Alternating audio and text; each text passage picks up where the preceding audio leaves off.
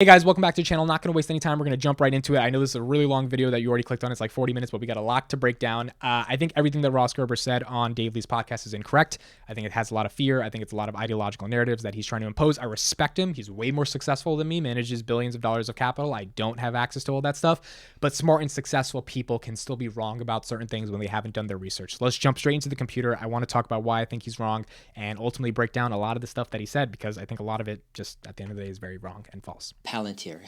Do you have any thoughts on Palantir? I do. I think it is literally the worst company in the world. Like, ethically.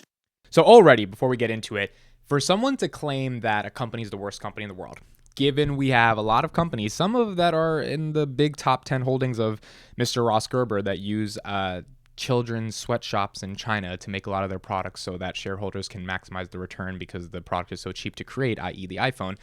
You've got someone who already has an ideological narrative. Now, I'm not saying that he shouldn't have his own narrative, right? We each have our own opinions. The question becomes, as soon as someone introduces a question within a podcast or an interview, and the other person starts off with such a bold claim, that means you should know what route they're going in terms of trying to propagandize their ideological narrative, which is that he believes this is the worst company in the world. It's an interesting take. It's a hot take, but it does mean that there's going to be a lack of logic rooted within that take for someone to make such a, in my opinion, absurd generalization given all the different companies there are in the world. It seems like there's a lack of research of the company you just called the worst company in the world in such a bold way. So like ESG, I have my own ESG rules. You know, everybody can make what they call morality up.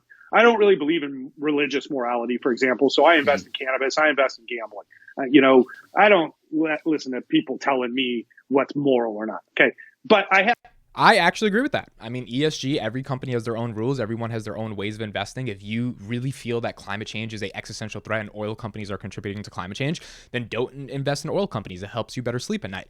The question becomes, do you have logical foundations behind what you're saying? And this is the key thing that I want everyone to understand when it comes to a breakdown around the ethical argument and the business argument that's going to be done in this podcast, which is why I think this is a really, interesting thing to break down for people. It's like when you have an ethical concern with a business, you have to be able to stomach that ethical concern in order for you to invest in it. Or in order for you to not invest in it. So for Mr. Gerber, someone who has a lot of money into Apple, he has stomached the ethical concerns of how much they pay to the people actually building those phones that they get to, I think it costs them $300 to make and they sell for $1,000. So there's an absurd profit margin there, right? That's why Apple is Apple in today's day and age. He's stomached that concern. He said, look, that's okay. They outsource it to Foxconn. Foxconn does what they need to do. It's deep in the supply chain. Apple says on their website that they're, super ethical. And stuff. Like, I'm not here to say Apple is good or Apple is bad, but there are different things that each individual investor can deal with. And for someone like Gerber who can deal with the Apple stuff, it becomes a question of why can't you deal with the other stuff? I'm not saying he should deal with other stuff or not other stuff. I'm saying what is the research and the logical foundation by which you come to the conclusion for the things that you want to stomach and the things that you don't want to stomach. And for some of the stuff he's about to say about Palantir, it is so far left field, it is so not rooted in research that if you just plainly believed what he's about to say, of course you would not be able to sleep well at night knowing what they do. The problem is none of it is true, which is why I think he has a hard time stomaching these ethical concerns, because he actually thinks they're real, when in reality they're false. They're not true. have certain moralities like tracking everything Americans do and selling that to the highest bidder, even if they're enemies of America. Now, Palantir and the president of Palantir is basically the for-profit CIA. That's what Palantir is. So over the last 10 years, and it was kind of founded through the Mercer family and the whole misinformation campaigns that brought Trump into power. So Palantir's roots are in tracking all of our digital histories, making profiles. So they have a profile of every American. So they have your profile and everything you do, and they track everything you do digitally, and they do it through nefarious means. Okay, again, this doesn't make any sense. First claim he says is that Palantir is a data mining company that tries to get people's data and then sell it to the highest bidder. This is not true. This is just like, it's like me saying a Tesla costs $55 trillion. If I'd said that to this guy who is super bullish on Tesla, he would be like, no, it doesn't. It costs like 60,000. I'd be like, no, it costs 55 trillion. He'd be like, there's no way I can have this conversation with you. You're not making any sense. This is what I feel like, and I think this is what Dave's kind of feeling like when he's saying this stuff. He's like, well, they find data through nefarious means, they mine that data, and then they sell it to the highest bidder. It's like, that's not true. That's what Facebook, Amazon, and Google do. They get data through very nefarious means. I mean, Google knows every last thing you've clicked on, and they sell it to advertisers. And when they mean sell the data, they like appropriate that data in a way so that the ads are more highly targeted and the experience ultimately becomes better. That is what's created the trillion-dollar market caps for Apple, Google, Amazon, Facebook, etc. That's not what Palantir does. Palantir is not finding a way to go get your data. Now, the government may have a means of tracking every single individual in the United States. I don't know if that's true. I would assume likely the United States has different ways of doing that. And they're using data analytics software to understand that. But that doesn't mean that data analytics software company is going and getting the data somehow and then selling it. They don't sell data. That's not what Palantir does. So in a world in which they don't sell data, they help companies and organizations understand how to manage their data. There's a fundamentally different ethical business relationship here. And that's what I'm trying to get across. There is a different relationship between a company that offers a platform in order for governmental agencies and institutions to know how to leverage and use their data versus a company that's going and doing mass surveillance to get data and then selling it. That doesn't even logically make sense in terms of a business model. Why would they get data and then sell it to the government? Like, the government already has a ton of data. They're not in here to sell data to advertisers or something like that. So the relationship that he's talking about doesn't make sense, first and foremost, when it comes to how Palantir ultimately works with governmental clients. Remember, it's a big data analytics platform, and a big data analytics platform is fundamentally different than a company that's actually figuring out how to mine data. So if Palantir is integrated into a company, that company has a ton of data already. That governmental agency has a ton of data already. They need to learn how to make sense of that data. They need to know how to optimize, synthesize that data. Every company in the world, is my prediction in the next 10, 15 years, is going to be using something like a Palantir in order to understand their data, because data is going to be the foundational element by which they're able to enhance, exceed, and excel beyond their competitors, because their competitors are also going to have competitive data that's proprietary to them. That's what Palantir does. They don't go and buy data and sell it. Like, that's just not true. It doesn't make any sense. And then they take these things and they sell them to companies and governments and foreign spying institutions. And there are no ethical. What is he saying? Foreign spying institutions? Like what? Like the fact that he even said foreign spying institutions and he elongated his voice showed me that he was reaching for the words, and then the words just came out of his mouth. And it's like, what evidence is there? What are you talking about? Foreign spy? Like, what spy?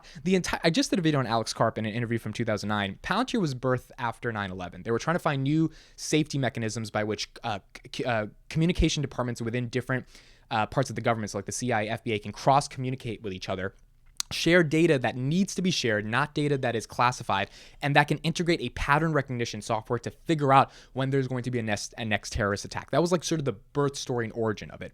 The whole point is to defend Western values. The whole point is to defend freedom and democracy. So when you're talking about foreign spies, what institutions or what foreign spy institutions are Palantir selling data to? Like, it is so beyond absurd that he's saying this stuff. And again, a lot of respect for him, but it's just not true. It is unequivocally false. Boundaries at Palantir, who they will and won't sell information to. So, to me, they make Facebook, which I hate, look like Boy Scouts, like that's their business. So yeah, that's also very silly. Facebook has 2.6 billion people using its products every day. Facebook knows more about you than you probably know about yourself, and they need to in order to make $30 billion a quarter, which is what they do in revenue, because they sell really, really good ads. So for him to say they make Facebook look like Boy Scouts, it's like, what are you talking about? Like, Facebook has 2.6 billion people on record that's proprietary to Facebook. When he says Palantir has a digital record of every American in the United States, that's not true. Facebook does. And that's actually true, because Facebook can pull up any person in the world. 2.6 billion people out of 8 billion people, Facebook has a digital record on that they're able to sell better advertising to. So this is just not true. So I'm glad the stock hasn't gone anywhere. The insiders at Karp has sold over $1 billion of stock. They're cashing out on it on the public. That's what's happening. Yeah. And so, like, why would you want to be a shareholder of a bunch of shady CIA dudes? All right, a couple things here. Stock-based compensation, already did a video on that. Not going to get into it. Stock-based compensation is very important in the first year of being a public company. I think that's a good thing that they're giving out shares to employees. Second of all, Alex Karp had options that he got a decade ago that had to be executed before they expired. It just happened to be in 2021 when they went public, which makes sense. This guy's a big guy. This guy's a big fan on Elon. Elon's options don't expire until next August, yet Elon's been selling as the stock has been at absolute all-time highs. People, who are not in the Tesla community would say ridiculously overvalued valuations. I don't feel like that. I'm a Tesla fan. But for Elon to be selling now, it's probably because he realizes, oh, wait, the stock price is super high. And he's even publicly said it. He's like, yeah, I think the stock price is way too high. Of course he's going to take advantage of that.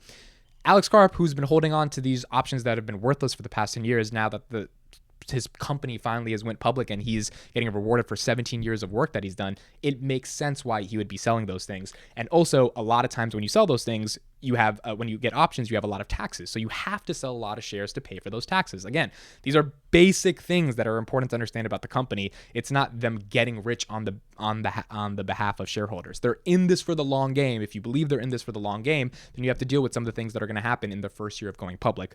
So again, these are kind of headlines that he's reading off that don't really definitively show why the company's bad. And then he says you're working with shady CIA guys. Again, this does not make sense. I don't think he's done the due diligence to actually go through what Foundry is doing with blockchain and energy storage, and the healthcare sector and drug discovery. I mean, we're talking about a company that quite literally was the framework for most of European countries and the United States in terms of distributing COVID vaccines.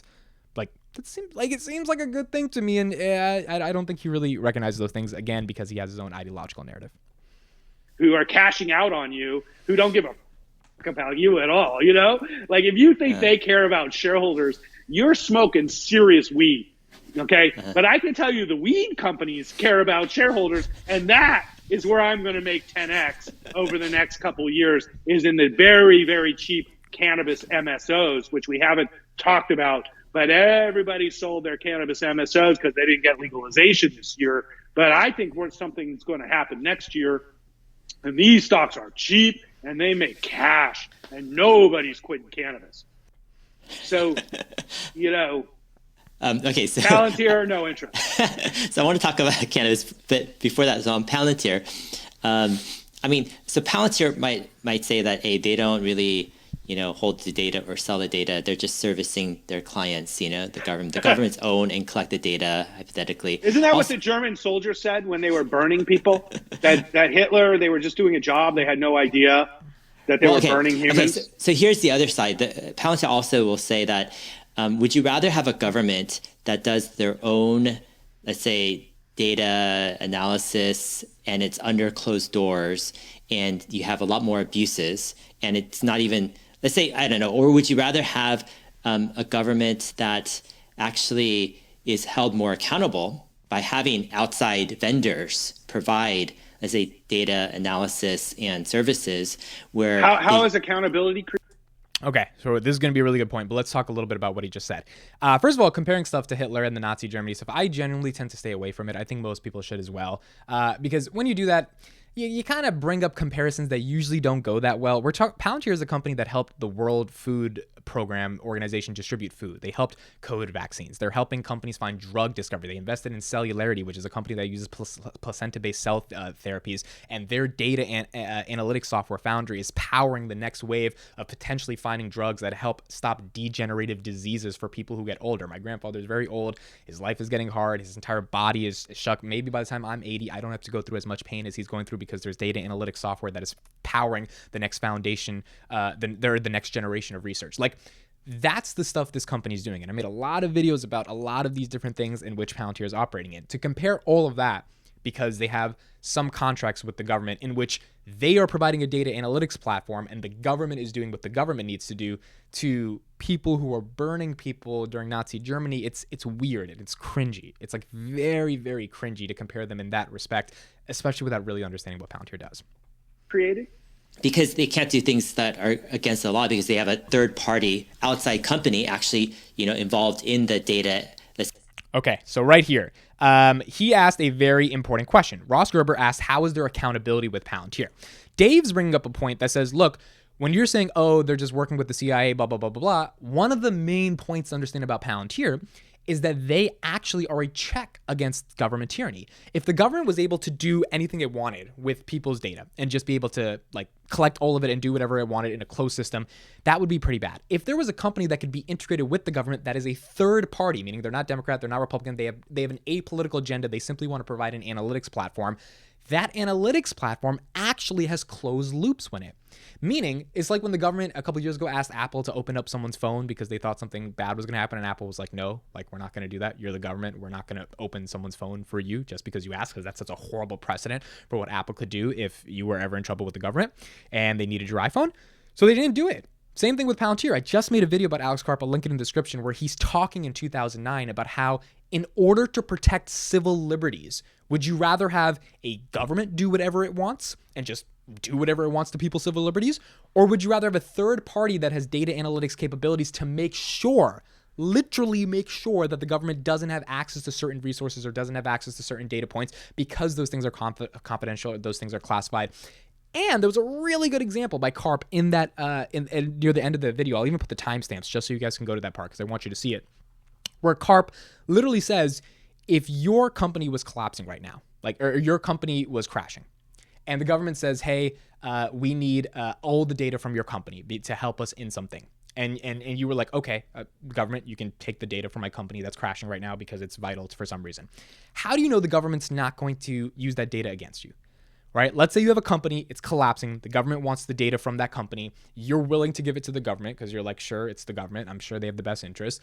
How do you know the government's not going to use that data against you to frame you in some way and then put you in jail, something like that? One of the ways to do that is through technology.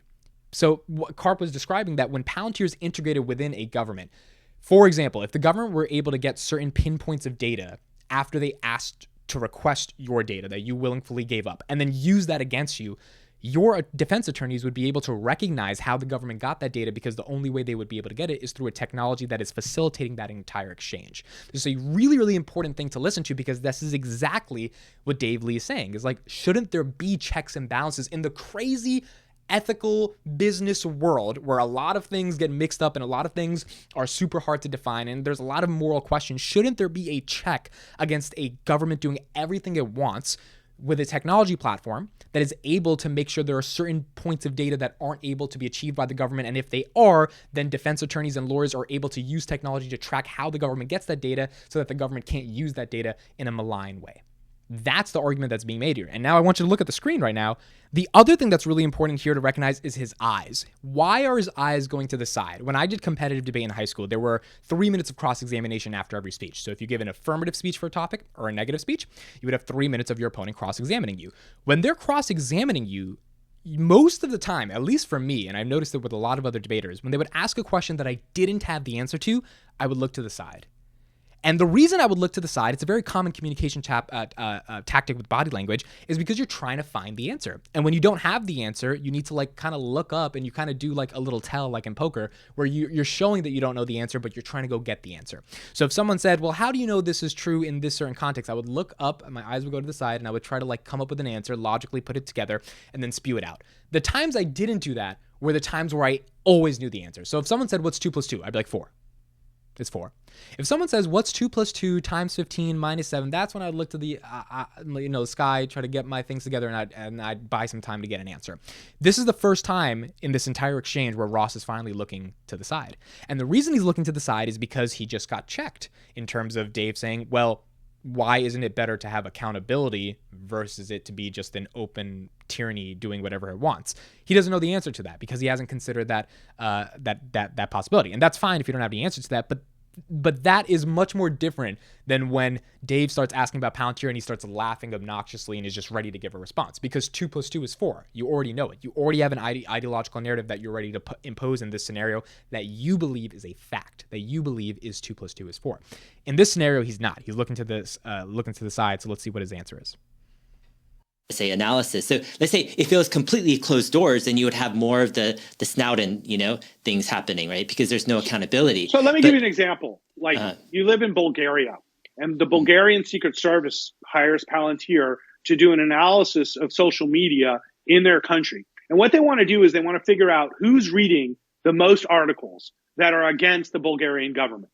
So they get this third-party data. Oh, who exactly is going to keep the Bulgarian government? Now, if you know how they treat people in Bulgaria who don't follow what the government says, it's horrendous human rights abuses going on right now.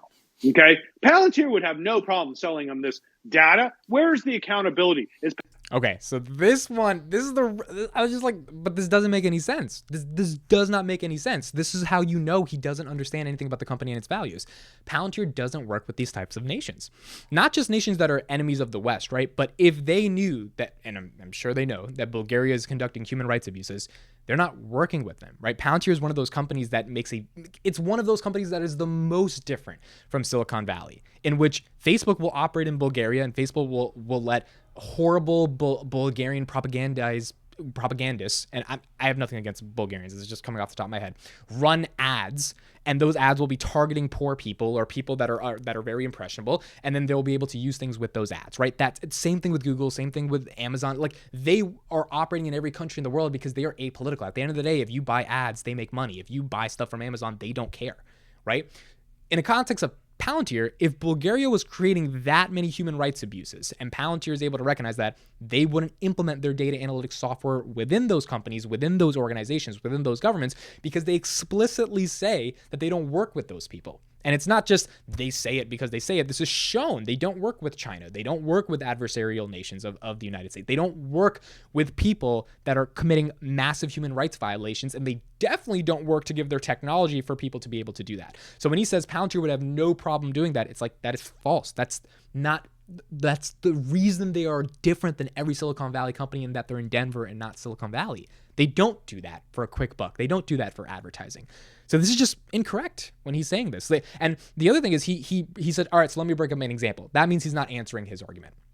When someone brings up an argument and you don't answer the logic behind it and you just bring up a counterexample, you're trying to hope that that counterexample has some level of analysis, when in reality, that counterexample really doesn't do much. Like in this scenario, this counterexample is absolute nonsense. It doesn't make any sense. He's just brought it up. He's just spewing it out. He's asserting it. And now Dave is just left there. I mean, look at Dave's face right now. Dave is just like, this guy is really smart. He manages $2 billion of capital, so I've got to listen to him. But this is not making any sense.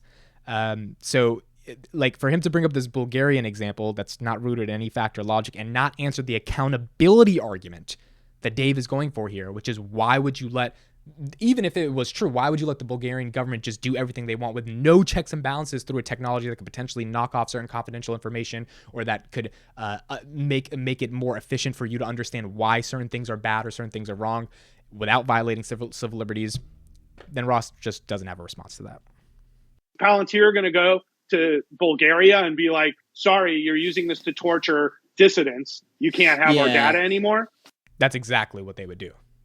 They wouldn't even initiate the relationship in the first place, because they would know that would be the potential outcome of what the business contract would be. I mean, I think Palantir first, they don't go to, they're not servicing any country that's not aligned with, let's say, the U.S. or Western countries. How do we know? That this is part of their mission. They actually want to strengthen Western democracy. Yeah, so when someone says their mission is bullshit, I mean, yeah, this is when it gets ad hominem, right? And I've been around debate for a long time. I've been around communication for a long time. I've used these tactics that's Ross is talking about. I'll upload some videos of old debate rounds if you guys want me to do it one day. When someone says, well, it's literally in their mission that they don't do this, and then someone says their mission is BS, there's a conflation here, right? Because what Dave is saying is like, look, wait a second. I don't think you're getting the fact that inside of their mission, inside of their doctrines, inside of their philosophies, inside of their business practices, they are explicitly against working with these types of actors. It's why they don't have as much revenue as they should have, because they've shunned themselves off from so many companies and so many countries that could potentially use their platform, because they know how valuable and strong their platform is. They know how it could be used for harm, so they decide not to work with those types of nations. And then when Ross says, well, their mission is BS, and why should we trust them? You're kind of just spewing assertions, right? If he was to actually say, Dave, how do you know that? And let's say they were at coffee or something, Dave could pull up like 17 different articles on their blog and all this stuff that explicitly shows how they operate, how they work. It's the reason why 36% of institutions are not loading up on a stock that is doing what Ross Gerber says. It looks bad on the institution. You think Cathie Wood wants to have $1 billion of a company that's like the most unethical company in the world? No. And you can criticize Cathie for all the picks you want, but no ETF manager wants to hold that company because their entire reputation goes down from an ethical perspective, not even from a financial perspective in terms of if they win or lose on the stock. So right here, when you just say something is BS, you're just doing an ad hom at that point. You're like, well, I don't know what to say against that, so it's BS. And like, that's not good communication. That's not good strategies. That's not good debating. That's really just, it's showing ignorance on this topic. And again, I respect this guy, but it's showing ignorance in the context of this particular topic. They're full of crap. If a CIA guy tells you something and you just think that's true, you're listening to the fucking worst people in the world. You think that what they're telling you is true? Yeah. Okay. That is not the way the world works. Yeah. That's not the way the world works. People die every day. They're tortured and murdered right now in Hong Kong. Right now. They shut down the pro. Okay, so again, he's starting to go on a rant. So the two things here. He's starting to go on a rant to prove his argument. That's what he's talking about Hong Kong. It's like, that has nothing to do with this, but you're trying to prove the ideological narrative by getting all these things to tell Dave Lee, who's he seems like he's been alive for some time now. I think he's in his 30s or 40s, and you're saying that's not how the world works, Dave. I'm sure Dave knows that the world doesn't work in a way in which you should just trust what people say on face. That's not the argument here. That obviously the world is not the most ethical and you shouldn't trust people on face. The question here is, how do you know that these people are lying to you? And here's the big kicker. When you invest in a public company, most public companies don't survive if they lie. They literally have a business incentive to not lie. The SEC gets involved. The IRS gets involved. The federal government gets involved. You have Congress, House of Representatives. People want to subpoena you. Like, you do everything you can to try to make sure that shareholders know what's going on. You literally, as a public company, have to disclose everything. You think Peloton wanted to disclose those results they disclosed in Q3? No, but they had to, and the stock dropped 40%. Why? Because it's public information. People publicly trade the stock. So in this context, when he says just don't believe what they're saying, like don't trust them, it's like, well, if they're a public company and they're saying these certain things, if they are quite literally lying against all of those things, that means they are frauding shareholders. That's the argument you're making. Because if they say, hey, we don't work with these countries who act in this way, or we don't sell your data, and they have explicitly put this stuff out there in video, audio, in written form, it is part of their S1, it is part of their public releases every quarter, and they're lying about that, that means they're frauding shareholders. And that means that company should go out of business, and the people running that company should go to jail for a very long time. That's not what's happening here. That's not. So it's just like, it is absurd for him to be claiming these things. And again, I think it's coming from a lack of not understanding this and just ultimately being ignorant. Democracy paper. They've jailed all the pro-democracy journalists. Who do you think gives them this information? Now in China, they got their own. Exactly. Okay. Well, so this is just the Chinese version for profit. That's all it is. So don't be confused where this data is being used at all. It's for oppression. It's not for our benefit. You think governments get up in the morning and think, what's to the benefit of the people? That's not the way governments work anymore. It's to the benefit of the people running it. Yeah. I mean, I used to have a hypercritical view of Palantir, a lot of because of the reasons that you're listing. But then looking more into the company over the past year or two, I'm just seeing a different side. I'm not making conclusions per se, but I'm just saying that, they're claiming, they're not, selling data. They're not the ones collecting data. They're not, and there's a flip side where they're saying that, would you rather have a closed government, that does all this data, surveillance on their own versus, more of an open system. They all do that, and then they have Palantir to supplement all their data. But nobody's paying Palantir the big dollars that they're getting paid because the data is absolutely amazing.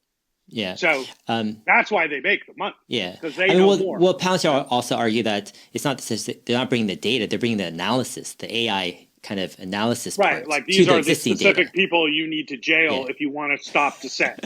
So they just give you the full analysis of where your problems are. Trust me, companies do this too, and they hire. I'm sure Facebook hires Palantir to go through all their Slack messages to see who the problem employees are. And then they pull up all the data on the problem employees and the demos, and they're like, oh, we won't hire people from Seattle anymore or whatever, It's the way it works, man. Got it. The world isn't so nice.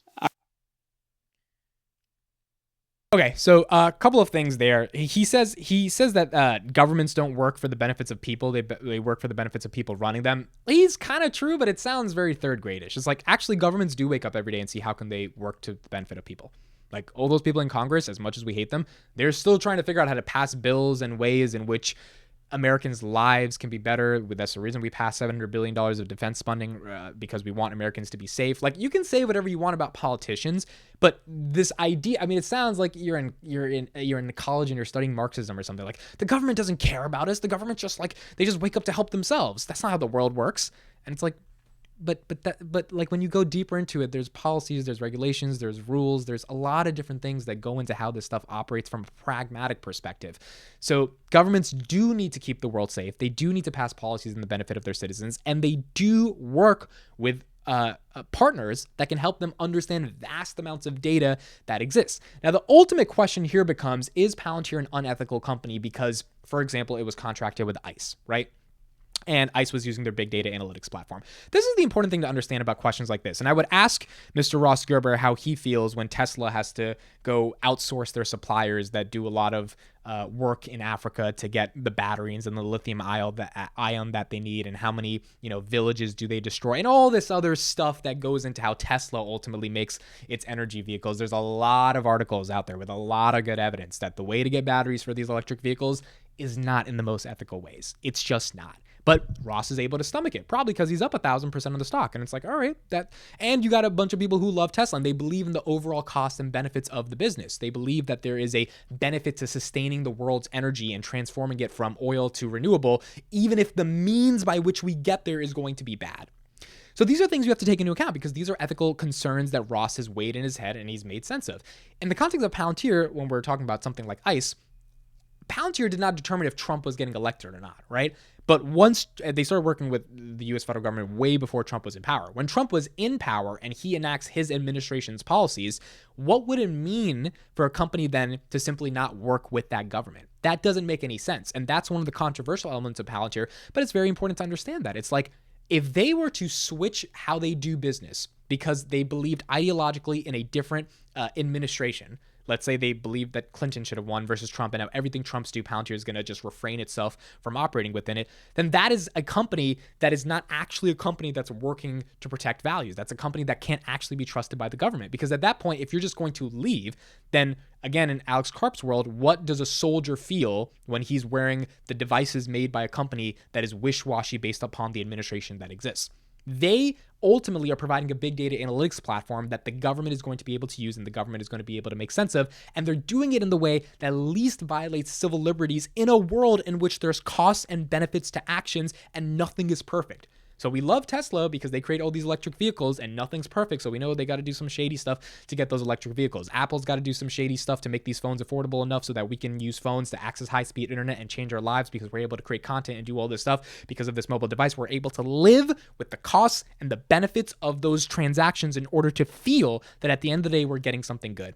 In the context of Palantir, it's almost the exact same thing. No software is going to be perfect. No government's going to be perfect. Governments are always going to have mass surveillance. Governments are always going to do really bad things.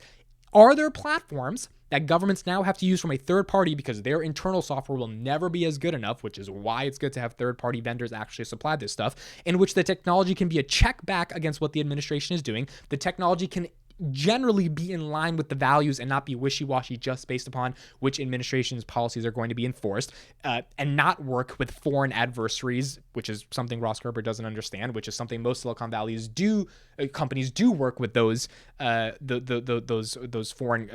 adversaries because all they're doing is selling advertising at the end of the day, which means they make more money. And do we want a company that at least has the ability to not violate civil liberties in the process of providing this big data analytics? Guys, if Palantir wasn't doing it, someone else would do it. If there wasn't Palantir software, there would be some other software that would be contracted to work within governments, work within companies. At the end of the day, the reason why Palantir is getting this business is because they're doing it in the most ethical way. And it seems like this guy does not understand their business model. It seems like he does not understand how data analysis works. He also doesn't understand the commercial sector of the business, which is literally finding and discovering drugs. And I mean, Tesla might work with Palantir one day. Like these are things that are really, really important to understand when it comes from a big data analytics perspective, and when it comes from the vast amount of data that exists. I don't think Ross Gerber fully has an understanding of what Palantir does. I think it's a little bit cringy in terms of how he's trying to make these arguments. I respect the guy a lot. He's way more successful than I am, but I do think that successful and smart people can still be wrong even if they are successful and smart, because it seems like in this situation, he's throwing out assertions. It's not backed up by research. He's reading things that are going on in headlines, and he's not diving deep into the business. And it's weird because he spent the first 30 minutes of this interview saying, I don't invest in a company unless I can talk to the CEO, go inside, do all my due diligence. I want to know everything. I want to ask the hard questions. And it seems like here he has hard questions, but he's never asked them, or he's never gotten answers to them, or he's failed to do the research to actually go deep into them. So he's formed his own narrative, and now he has to propagandize that narrative because he wants to be seen as someone in financial media that makes certain picks and has a lot of conviction, which I get. Like, if you make a pick, you got to have conviction, or else your credibility and your authority is bankrupt when it comes to a financial, your spot in financial media. But if it's backed up by lackadaisical amounts of research, then you're not going to be able to actually make a solid, valid argument. And people who have done the research on that particular stock or that particular company are going to be able to check back against you. And Dave tried to do it, but at the end of the day, you know, he has his own narrative, and that's his own narrative. So yeah, these are the reasons I think he's incorrect. And let me know what you guys think. So I'd love to talk to Ross about this. I'd be open to having a conversation with him. Don't know if he wants to talk about it, but yeah, definitely disagree with his thoughts, his opinions there. Let me know what you guys think in the comments. I'm going to keep buying the dip because I think this is a pretty good company to be invested in. Thank you guys for watching. My name is Ben. I'll see you in the next one.